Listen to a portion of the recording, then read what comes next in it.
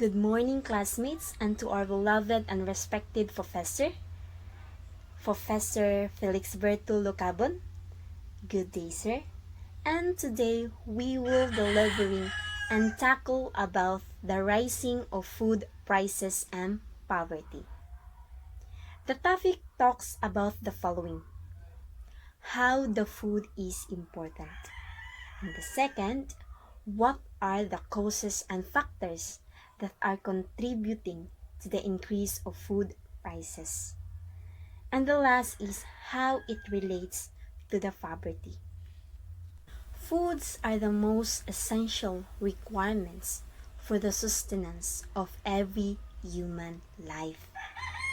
It is responsible in giving nutrients and energy that the body needs. Without foods, we can do nothing.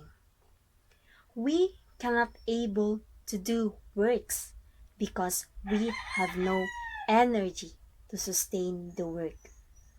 This is how important the foods are.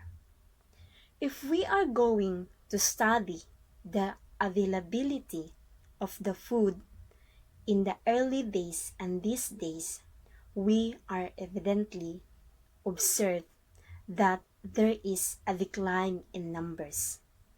The declination of the food sources also leads to the changes of food prices. Here are some of the factors identified that directly result in decreasing food availability. A. Limited land availability. B. Climate change. C. Overpopulation. And D. Pests and diseases. Limited land availability.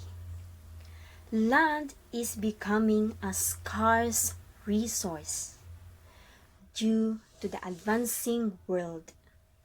Some of the lands used as industrial land, which means lands were used for commercial establishments, manufacturing plants, public utilities, research and development facilities. Climate change. Climate change can disrupt food availability, reduce access to food, and affect food quality.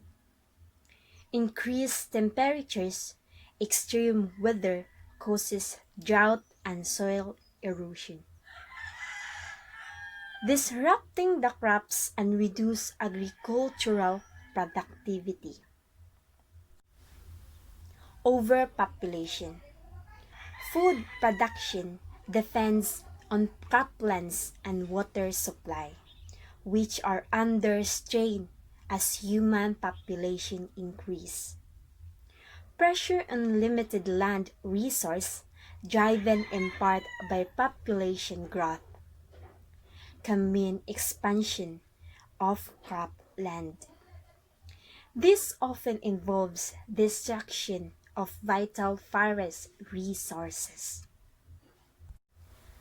Pests and diseases.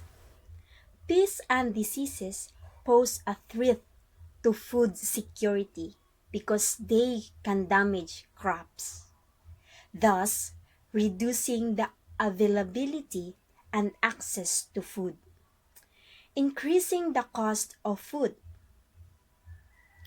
And these are some of the factors that affects the availability of food, resulting to price increase.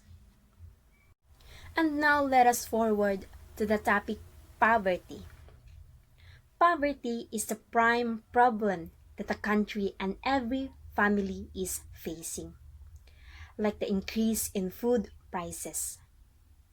Poverty has also several factors and effects in the society.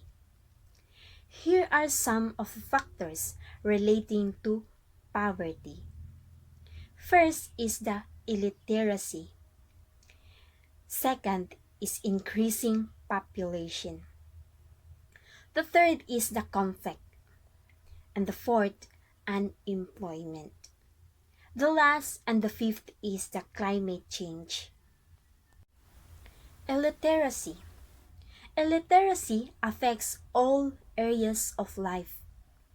Those with low literacy skills are far more likely to live in poverty and face health problems. They have also hard time to look for a job that has a higher wages. The next is the increasing population.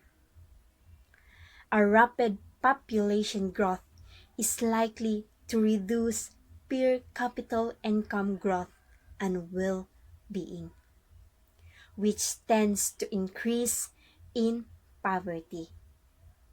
The third is the conflict.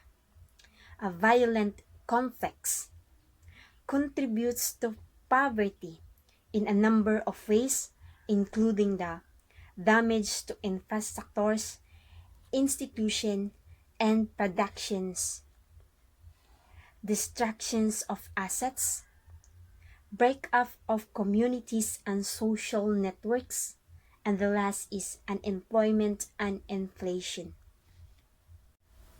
The fourth is unemployment. Unemployment leads to financial crisis and reduces the overall purchasing capacity of a nation. This in turn results in poverty. The fifth and the last is the climate change. It threatens the cleanliness of our air, depletes our water resource, and limits food supply. It disrupts livelihoods, forces families from their homes, and pushes people into the poverty.